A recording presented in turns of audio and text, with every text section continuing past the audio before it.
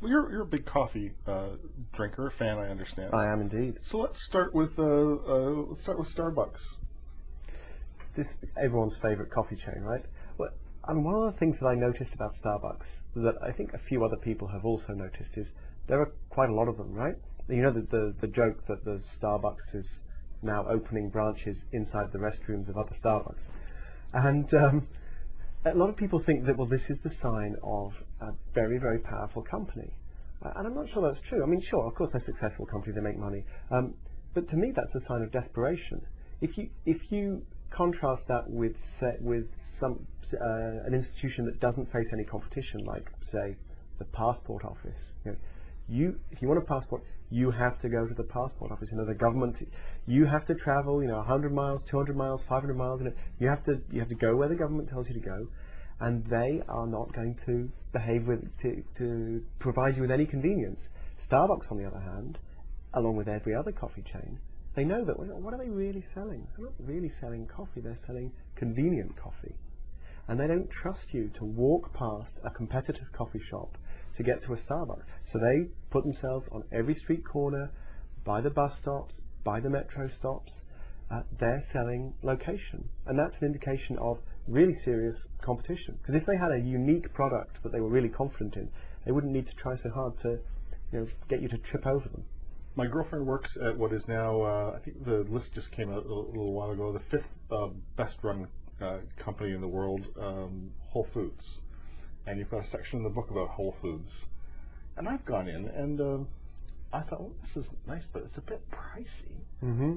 Then you actually go, well, yes and no.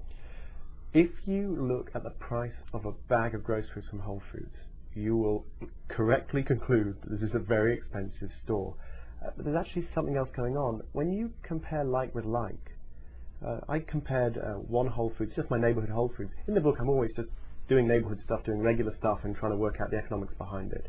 So I just went into my local Whole Foods, and I went around with a clipboard, and I wrote down the prices. And this makes people very nervous. It's fun, if you're ever bored on an afternoon, you do that, and people start, peeking over at what you're doing. Pretty soon you've got a manager going, can I help you? Yeah, can I help you? Yeah. It's kind of fun.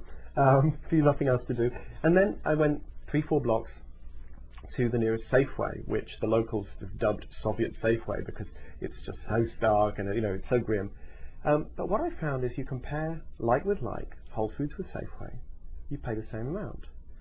Now, like with like is, say, organic Tropicana orange juice, same size, or organic onions, or sparkling mineral water. Basically, quite high-end products for Safeway, quite low-end products for Whole Foods, but you're paying the same price. And that actually makes sense because, I know Whole Foods is a nice shop, but if it's 3 blocks away and it's cheaper to get the same stuff at Safeway, people aren't stupid. What's different is that in Whole Foods, you have so many choices that will enable you to spend more money. They're offering you every opportunity to spend a ton of cash in there. So if you go in, you buy the same stuff that you would buy in Safeway, you will spend the same amount of money at Safeway. But in fact, what happens is you go in there, you spend $30 on some handcrafted German chocolates. And to be honest, they're worth it. They taste great. But that's how Whole Foods works. It's not an expensive shop. It's a shop that encourages expensive shopping, which isn't the same thing. I was trying to figure out where you fit the political spectrum. Well, good luck with that. I mean, I think I don't actually find politics very interesting, right? And there's so much posturing, there's so much ideology. And I just think the thing I do most of all in Undercover Economist, first and foremost, is to observe the world. I try to understand how the world works.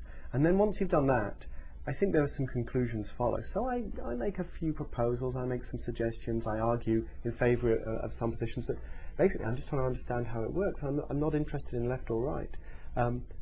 Like most economists, I think markets work very well. I think they usually work better than governments. But also, like many economists, I think, like many members of the human race, I'm concerned about inequality, I'm concerned about poverty, and in addition, I know that markets often fail.